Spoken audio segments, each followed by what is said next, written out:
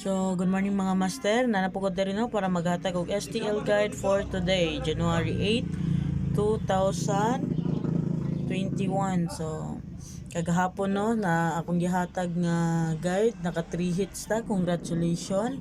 And congratulations po sa naguman sa video na ako kagahapon. Naghatag ko og hearing. So, nigawa siya sa 3D. Nakoy gihatag nga hearing nga 563 o 249 kagahapon. So nigawa siya sa sa 3D, sa 2 PM. So congratulations sa nakahuman sa akong video og nagrumble pud ani. So karon insigida na ako maghatag og guide mo ni atong guide karon 40 61 31 50 72 40 38 59 30. So mo na niya itong guide for today.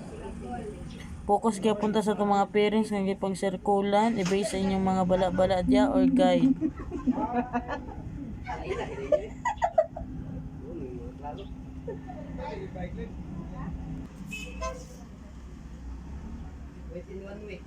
So kabalo naman mo sa mechanics ni Master Mas no, kay gikan man mo didto.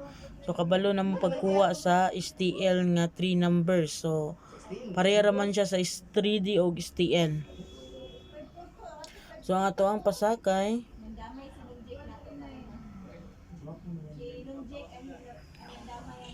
0, 1, 2. Kung tulo pasakay, kuwag 2 diri i-base sa atong guide or magkuwag isa diri i-base sa atong guide. So sa ato ang hearing no, ang nabili na lang kay 563 and then naay nadugang 245. Okay? Kanigawas na tong 249. So